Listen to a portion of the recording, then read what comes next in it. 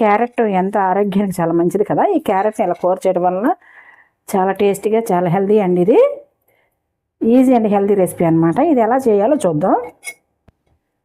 నమస్తే అండి, నేను సునీతను. ఈ రోజున మనం క్యారెట్ కొబ్బరి ఫ్రై చేసుకుందాం. ఇది చాలా హెల్దీ అండ్ టేస్టీ, చాలా బాగుంటుంది అనమాట. ఎప్పుడు ఒకే రకంగా నేను డిఫరెంట్గా చేసుకుంటే చాలా బాగుంటుంది. దానికోసం అండి కుక్కర్ తీసుకుని క్యారెట్ ముక్కలు సన్నగా తరిగేసి కుక్కర్లో ఉడకబెట్టుకుంటున్నాను. ఫస్ట్ తగు మాత్రం నీళ్లు పోసి క్యారెట్ మునగార 2-3 విజిల్స్ తెప్పించుకుంటే చాలా బాగుంటుంది అనమాట ఈ కర్రీ. క్యారెట్తోనండి స్వీటు, సలాడు, జ్యూసే కాకుండా ఇలా కర్రీ చేసుకున్నా చాలా బాగుంటుంది అనమాట. దానికోసం ఇప్పుడు ఫస్ట్ కుక్కర్లో ముక్కలు వేసాను, విజిల్స్ తెప్పించుకుంటాను. క్యారెట్ కొబ్బరి వేపుడు కోసం అండి, కర్రీ కోసం ఇప్పుడు నేను పాన్లో ఆయిల్, కూరకు సరిపడా ఆయిల్ వేసాను అనమాట. 5 స్పూన్ల నూనె వేసాను. తాలింపు వేసేసుకుందాం, పప్పు పెట్టేసుకుందాం. ఆవాలు, జీలకర్ర, సాయిపప్పు వేస్తున్నాను. వేగాలి. కరివేపాకు వేసేసుకుందామండి. 2 ఎండుమిర్చి కట్ చేశాను, అవి కూడా వేసేసుకుందాం. ఇష్టమైతే కాస్త ఇంగు వేసుకోండి మీరు. ఇవన్నీ వేగాలి. ఒక ఉల్లిపాయను పచ్చిమిర్చి కట్ చేసేసానని వేసేసుకుందాం. ఉల్లిపాయ వేగేదాకా మూత పెట్టుకుందాం. తీసి చూద్దామండి. ఇలా వేగితే సరిపోతుందా? హాఫ్ బాయిల్డ్ అయిపోయింది కదా. ఇప్పుడు మనం ఇందాక కుక్కర్లో ఉడకబెట్టుకున్న క్యారెట్ వేసేసుకుందాం. ఇలా ఉడికితే సరిపోతుందండి. కుక్కర్లో అయినా సరే, విడిగా అయినా సరే వేసేసుకుందాం. నీళ్ళున్నా పర్వాలేదండి, క్యారెట్లో నీళ్ళు వాల్యూగా ఉంచుకుందాం. మగ్గాలి ఉల్లిపాయతో పాటు. ఒక 5 నిమిషాలు మూత పెట్టేసి ఉంచేసుకుందాం.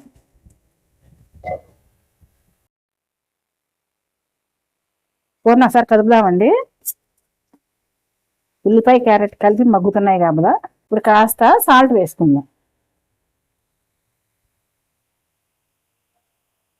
కూరకి సరిపడా, రుచికి సరిపడా సాల్ట్ వేసుకుని మూత పెట్టేసుకుందాం.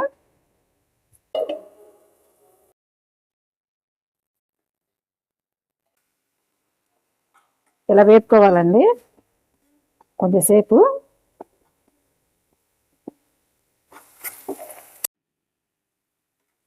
ఇలా వేపుకుంటే సరిపోతుందండి. క్యారెట్లు నూనె వదిలేసింది కదా, నూనె ఇలా వదిలేస్తుంది అనమాట. చిన్నగా పసుపు అండి, ఒకసారి కలుపుకుందాం. ఒక చిన్ని టీ స్పూన్ అండి, దీంతో నేను కారం వేస్తున్నాను. ఎక్కువ పట్టదు దీంట్లో, అందుకే చాలా లిమిటేషన్గా వేసుకోవాలి. ఎక్కువైతే అంత టేస్ట్ బాగోదండి. కారం అంతా కలిసేటట్టు కలుపుకోవాలండి. ఇప్పుడు మనం కాస్త 1 స్పూన్ ధనియాల పొడి వేసుకుందాం. నేను ప్రతి కూరలోనే వేస్తానని చెప్తాను కదా, అలాగే దీంట్లో కూడా వేసుకుందాం. ఇది వేసుకోవటం వలన అరుగుదల బాగుంటుందండి, మంచి ఫ్లేవర్ వస్తుంది, బాగుంటుంది. కొబ్బరి చిప్పలో సగం ముక్క తీసి మిక్సీ పట్టానండి, దాన్ని వేసేసుకుందాం.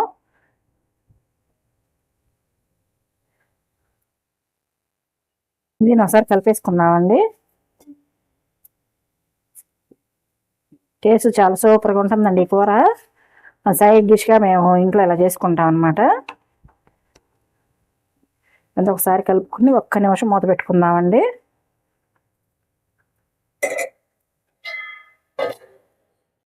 తీసి చూద్దామండి.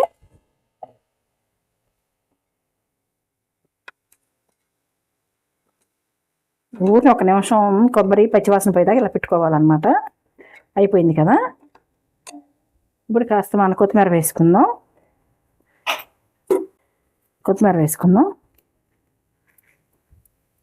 ఒకసారి కలుపుకుందాం. కలిపేసుకుని స్టవ్ కట్టేసుకుందాం. ఎంతో రుచికరమైన కొబ్బరి క్యారెట్ కూర రెడీ అయ్యిందండి. ఇలా